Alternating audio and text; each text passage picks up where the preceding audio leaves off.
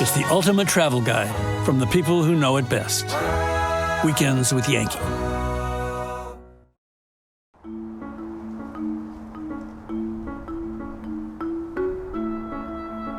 Today I'm in Worcester County, Massachusetts, just east of the city of Worcester.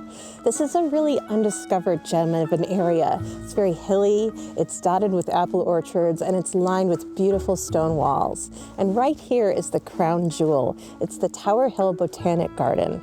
It is 171 acres of ornamental and native plants, and it's a gardener's dream. Now, I'm here in November, which is not peak gardening season. The leaves have come down, the summer blooms are gone. But I wanted to come because I want to discover the beauty of this time of year.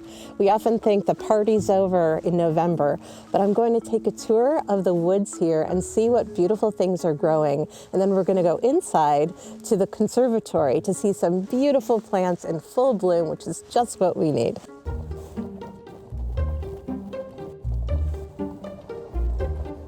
Oh, this is pretty. So I'm looking around at this forest and the leaves have come down. We're in what we call stick season. And I think a lot of people assume that once that's over, once the foliage is gone, there's like nothing to see here. So why did you bring me to this spot? Well, I brought you here because this is the inner park and this is our native plant garden. I love native plants. There's some really beautiful ones, especially growing up in New England. You do have to appreciate all four seasons. And a lot of our native plants are beautiful straight through the winter. You have to know what to look for. Right. A lot of times, and a lot of the aesthetic details that you might see in a winter garden in New England are subtle.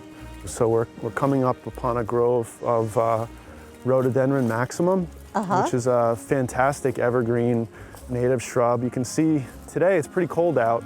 And the leaves are curling up and sort of drooping down a bit because the shrub knows that it's cold and it's trying to protect its stomata on the underside of the leaf.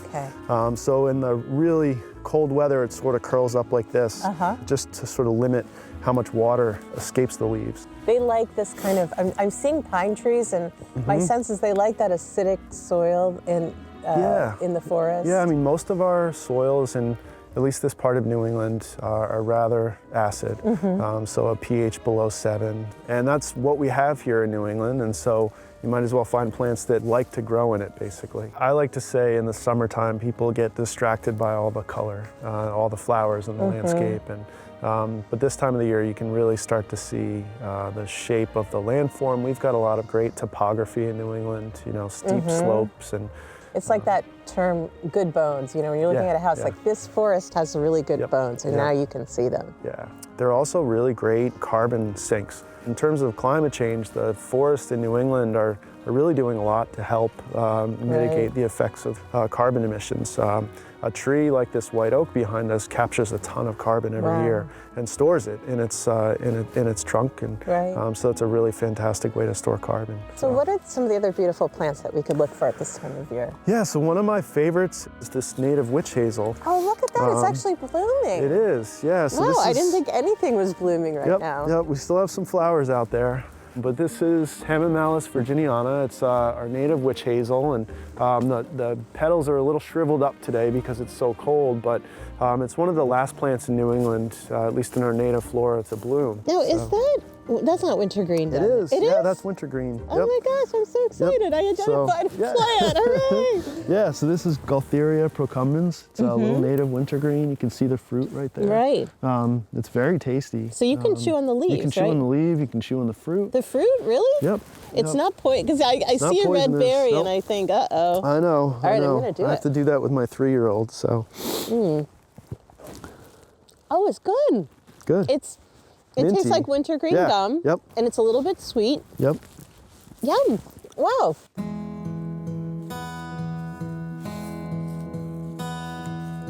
Oh, what's this?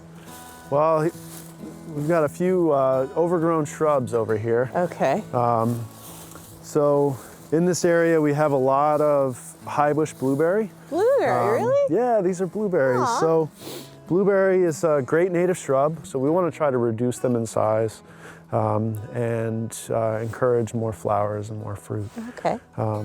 but they get pretty large. So high bush blueberry can get 12, 15 feet tall. Right. And our goal for this one is to really keep it quite a bit smaller than that. And this is the almost ideal time of year to start pruning a deciduous shrub like this. So is there a rule of thumb of what you prune in the spring versus what you prune in the fall? The rule of thumb that I generally try to tell people is the best time to prune is immediately after flowering and fruiting has happened, because you're less likely to cut off next year's flower buds. So I brought a set of tools for you. And so you've got a folding saw and a pair of pruners. We're going to take this off completely, so I figured I'll make a quick cut on that. So you can see how easy that is to remove a piece about that size with these Felcos. When we get a little bit bigger than a 1/2 inch to 3/4 of an inch, we're going to switch to our folding saw. So this is our folding saw. It's got nice sharp teeth. And I'm going to use this to cut anything that's about this size. Okay. Now, one technique that's really important is three-way cut. You first start by making an undercut. This is the best way to protect the bark of a tree if you're pruning off a large limb. So we make that undercut. Then we make our big pruning cut just beyond that undercut. So just up the branch. And you notice at the base of this, there's a small tear in the bark. Oftentimes, if you're cutting a heavy limb, that tear will continue down. To the so place this undercut, that undercut is meant to prevent that tear from going any farther. Right. And then we would make our final cut back on the inside of that undercut that we first made. So it's just a good technique for preserving the bark and making sure we get a nice, clean final cut.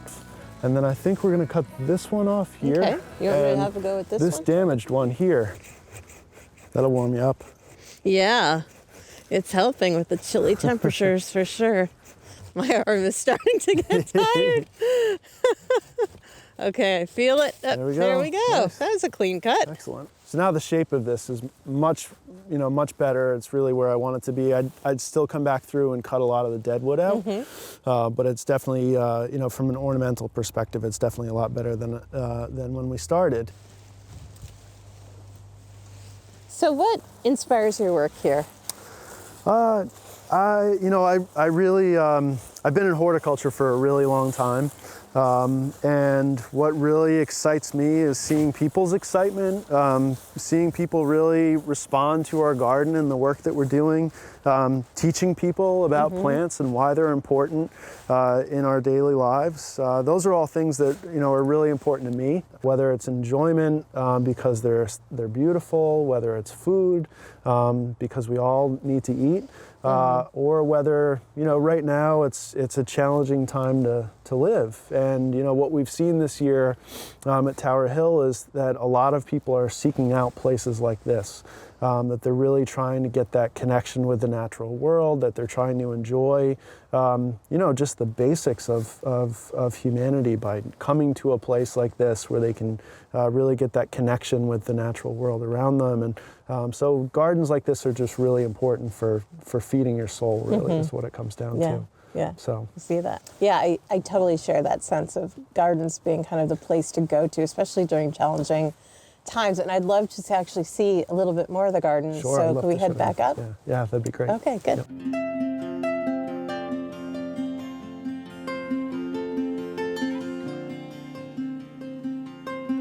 Wow, this is a beautiful space.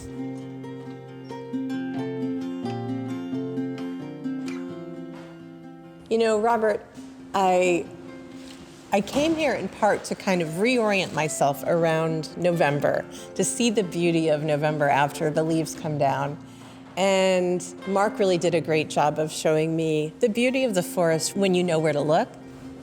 But sometimes you just want to see some beautiful greenery and flowers. And this feels like a really welcome break from winter.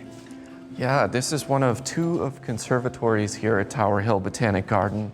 And inside you'll find subtropical plants, all different colors, textures, blooms all season. Yeah, flowers. And the bleak midwinter, this is a really valuable place to escape to. Is there a long history of these kinds of indoor gardens and conservatories? And I remember reading about orangeries. Glasshouses are really important to gardeners because you can bring in your plants from their summer spots and put them in their winter homes, and you can grow things that you wouldn't be able to otherwise grow here in New England. Right. Now, what's the history of the Tower Hill Botanical Gardens and how did it come about? If you can believe it, it was only 35 years ago when this was just a farmland, and in that short amount of time, everything that you've seen on your visit here has been built here. So formal gardens, these 2 conservatories, a visitor center. It's pretty impressive. Yeah, and people are really embracing gardening now. It seems like it's a hobby a lot of people are taking up. We've been seeing higher visitation than we ever have in our history. It's really fulfilling to work in such an environment where people need connections with nature. They need connections with plants. And in the world we live in today, there's no better place to come than a botanic garden. I really appreciate being able to come here today at this time of year to kind of reconnect with the beauty of the forest at this time of year, even though it's not peak foliage. And then to be able to kind of come into this warm room and see all this gorgeous green and flowers. It's so restorative, and it's like you can feel your sort of soul go like, ah, and I like that.